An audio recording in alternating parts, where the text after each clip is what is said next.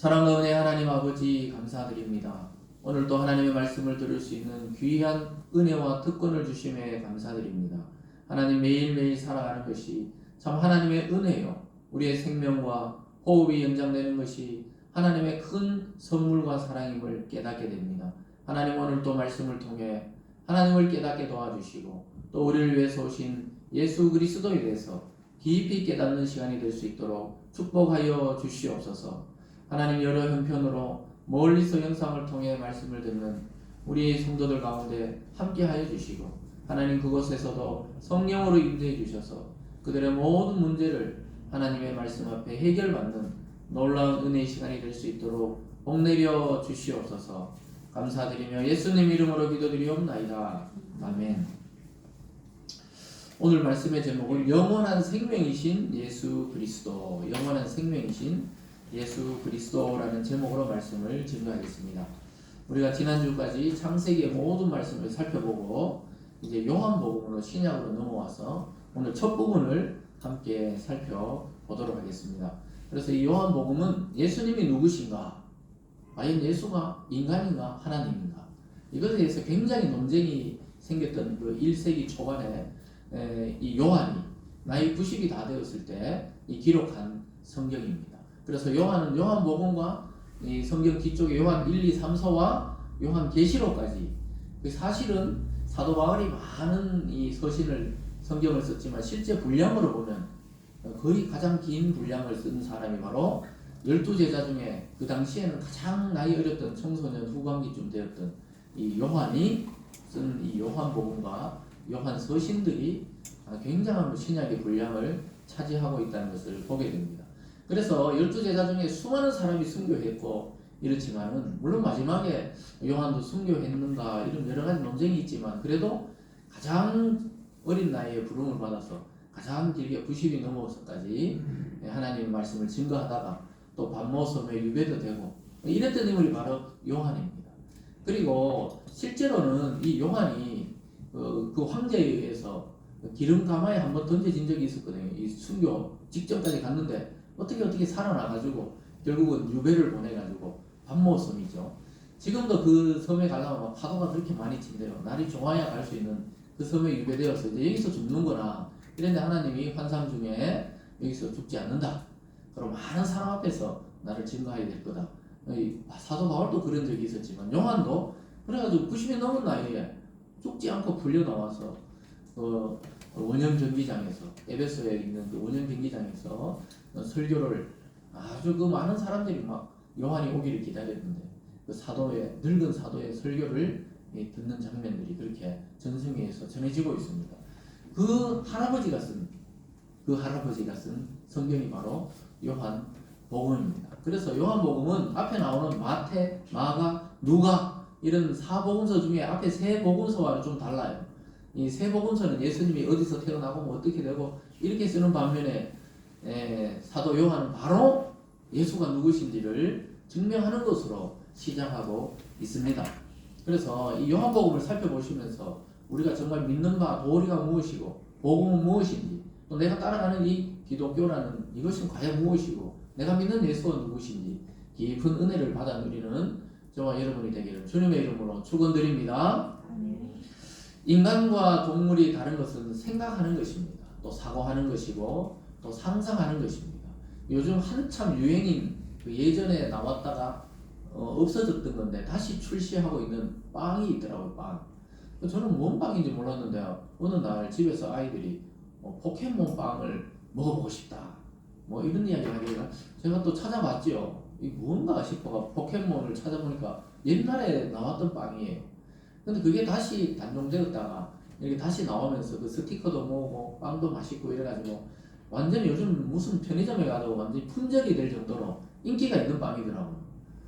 저는 뭐 빵 사러 가고 이런 스타일이 아니기 때문에 빵을 크게 안 즐기는데 이 빵 그 애들이 그 귀엽고 이래가지고 스티커도 모으고 이런다고 지금 뭐 품절이 되고 있다 이러던데 그래서 90년대에 초등학교를 다니거나 이랬던 그 지금 한 3, 40대들이 굉장히 그걸 좋아한대요. 추억을 소환한다 이래가지고 그 사람은 이 생각이 추억이라는 건 생각이잖아요. 사실은 자기는 이미 3, 40대가 되었고 중년이 되어가는 나이인데 어릴 때 먹었던 그 포켓몬 빵이 그렇게 추억이 돼가지고 뭐 3, 40대도 사고 그 애들도 사고 뭐 이런다 그러더라고요. 그래서 제가 그걸 보면서 참 사람은 이 상상 그리고 과거의 그 추억에 대한 것도 지금 감정으로 그때를 바라보는 것이지 실제 그때 자기 감정이 아니거든요. 그런데 사람은 이처럼 생각하는 동물이라는 것이죠.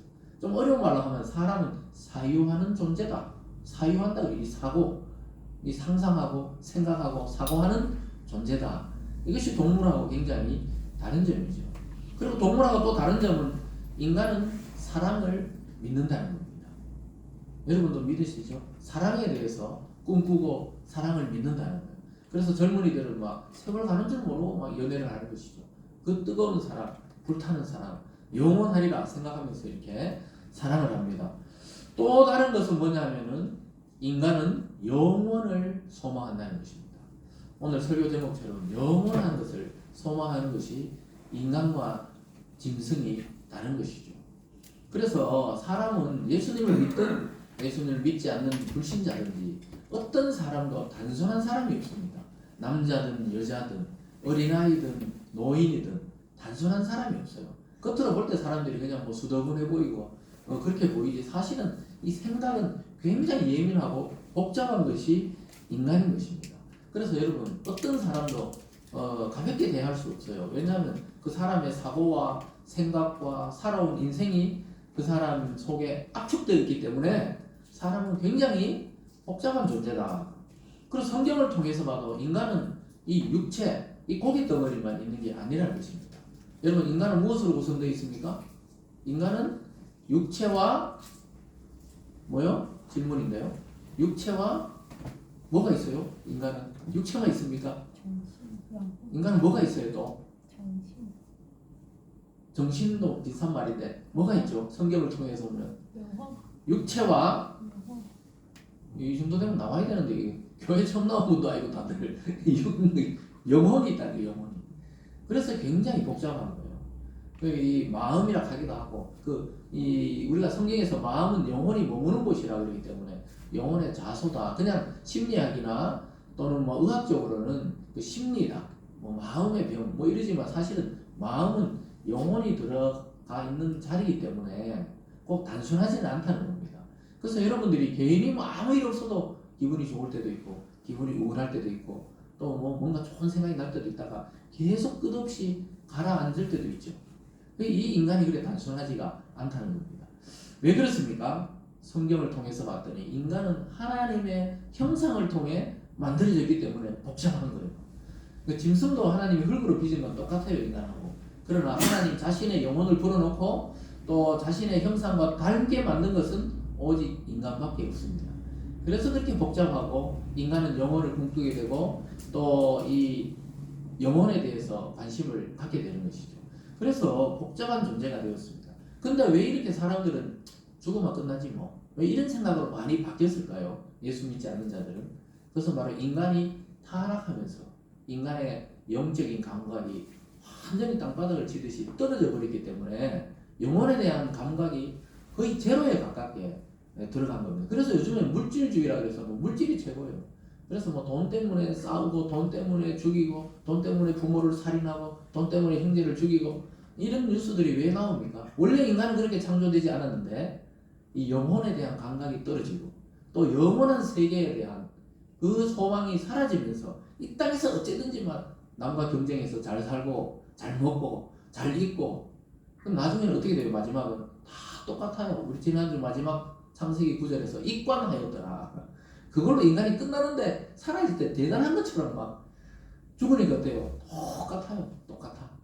어제 우리는 어릴 때가 잘 모르는데 아마 어른들은 알 거예요. 그 당시 유명했던 알랑드롱이라는 배우 알죠? 알랑드롱이라고. 태양은 뭐 가득힙니까?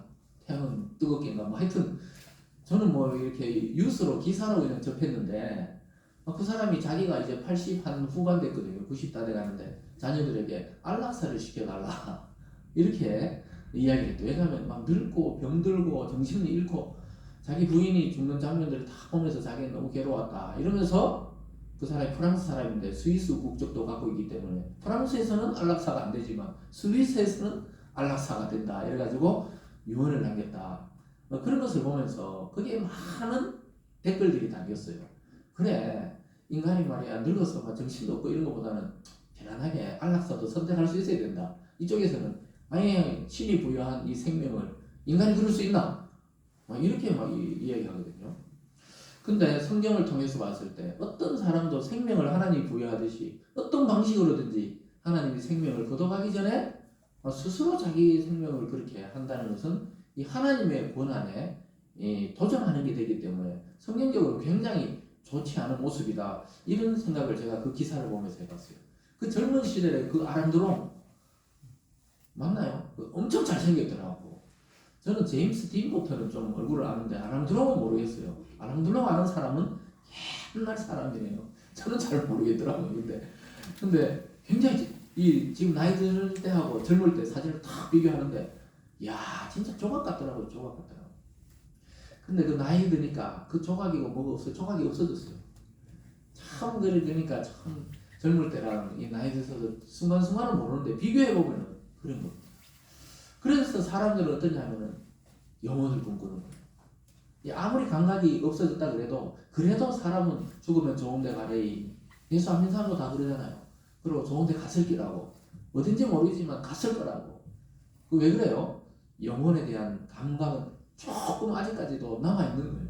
근데 이 요한복음을 보면 정확하게 영원한 세계는 있고 또 영원한 세계에서 오신 분이 있고 그분을 딱 믿는 순간 우리도 영원한 생명을 차지하게 된다고 약속하고 있습니다. 믿습니까? 아멘. 그래서 우리는 이 요한복음을 통해서는 내 생명도 그리스도 안에서 영원을 누리는구나. 이걸 분명히 깨달아야 됩니다.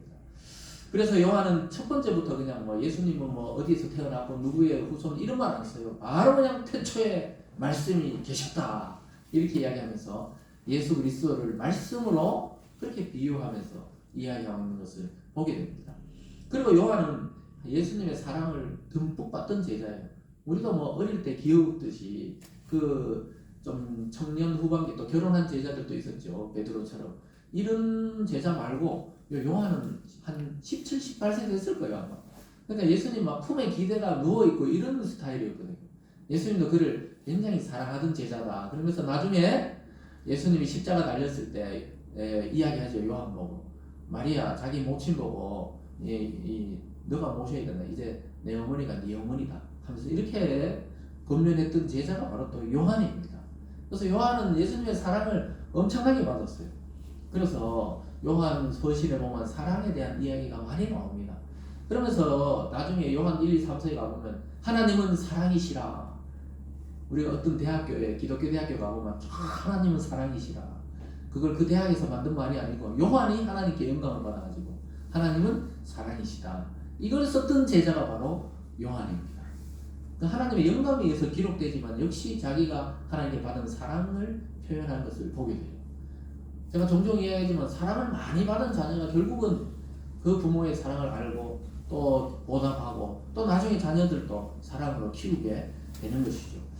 그래서 영감을 받고 성경을 기록하고 신약의 많은 부분을 요한이 이게 드러내는데 가장 중요한 단어가 뭐냐면 영원한 생명의 실체가 이 땅에 오셨다는 것을 증거하고 있는 것입니다. 그분이 바로 예수 그리스도라고 요한은 이야기합니다. 저와 여러분이 믿고 있는 예수님은 영원한 생명의 실체입니다. 영원한 생명이 육신이 되어 이 땅에 온 거예요. 하나님이 육체를 입고 이 땅에 온 사건이 바로 예수님의 탄생인 것입니다. 그래서 요한은 그것을 아주 논리적으로 증명하고 있습니다. 그래서 그분 안에 들어가면은 영원한 생명을 갖게 되는 거예요.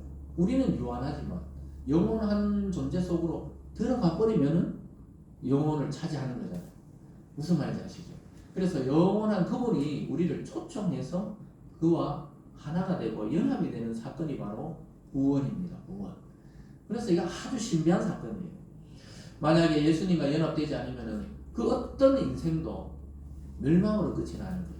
죽음과 동시에 멸망으로 끝나는 겁니다. 사람들이 살았을 때 막 대단해 보여도 죽음과 동시에 갈라지는 거예요. 영원한 멸망으로, 영원한 생명으로 가고 어떤 사람이 영원한 멸망으로 가는 것이죠. 여러분 우리는 늘 유한한 것을 자꾸 보고 사니까 죽었다 다시 살아난 사람을 예수님하고 나사로 이런 이야기밖에 모르고 우리 주변에는 늘 죽는 거만 보잖아요. 저도 막 시골에 살 때 할아버지 돌아가고 큰아버지 돌아가고 또 뭐 주위에 친구들 어떤 분은 일찍 돌아가고 이런 걸 보면서 늘 유한한 것만 보니까 이 영혼에 대한 것에 대해서 믿음이 생길까 말까 막 이런 거예요. 사람은 교회를 다녀도. 그런데 여러분 그 화려했던 꽃들도 우리 지금 막 꽃이 막 피고 있더라고요. 오늘 아침에 꽃들이 지나오면서 피는데 저 꽃들도 어느 날 아침에 일어나면 막 후두둑 땅바닥에 떨어져가지고 그 떨어진 꽃잎이 되고 말죠. 그런데 그게 끝이 아닌 줄 알았는데 내년 되면 또 꽃이 피는 걸 보면서 뭔가 생명이 없는 것 같은데 또다시 생명이 살아나는 걸 보여주잖아요. 예수님은 그걸 통해서 다시 열매 맺는 걸 통해 우리에게 부활을 설명하셨거든요. 그래서 우리는 이 생명이 끝이 아니라는 것을 이제 예수님을 통해서 알고, 원래 예수 안 믿을 때도 사람들은 조금 감각적으로 알아요. 이 세계가 끝이 아니라는 걸 알기 때문에 죽음을 두려워하는 거예요. 죽음은 끝이면 두려움이 한 개도 없죠. 끝이 아니기 때문에 두려운 거예요. 뭐 다른 종교를 믿는 사람도 뭐 그렇잖아요. 네? 뭐 어디가 있다, 뭐가 있다, 자꾸 이러거든요. 그런 존재라는 것을 깨달으시면서 성경에서는 이미 이야기했잖아요. 육체만 볼 때 우리 육체는 풀과 같아서 금방 시들고 이 영화로움, 아름다움은 꽃과 같아서 막 일순간에 져버린다.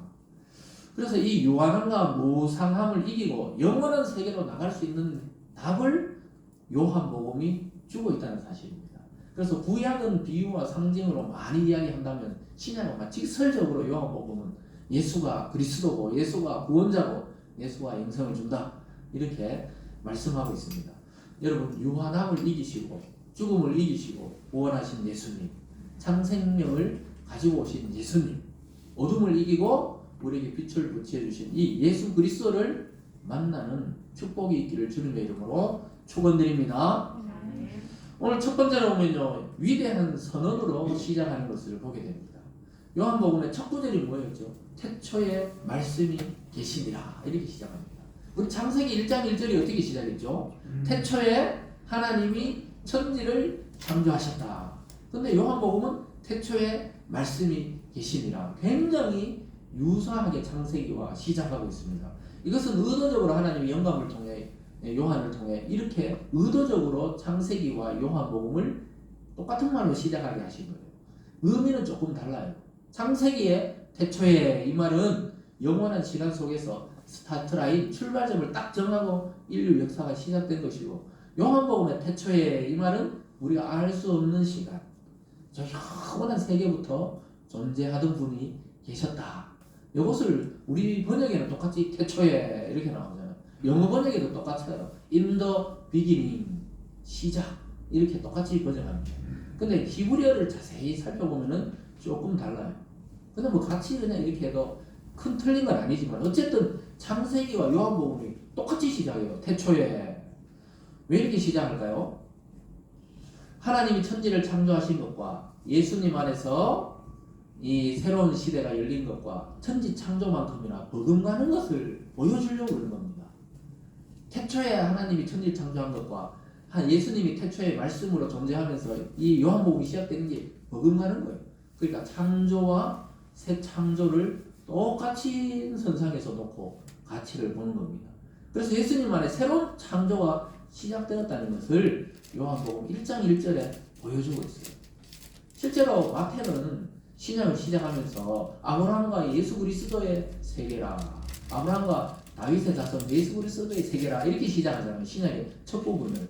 그 말도 맞지만 요한은 아예 그냥 태초부터 똑같이 놓고 보는 거예요. 그래서 이 말씀 구절 하나하나를 보다가 보면은 이야, 요한이 이 통찰력, 물론 하나님의 영감에 의해서 적지만은 그 사람을 기계적으로 적는 게 아니거든요. 그 사람의 인격과 예수님께 받은 말씀과 그 사람을 녹여서 쓰도록 만들기 때문에 이 단어를 딱 쓰는 거죠.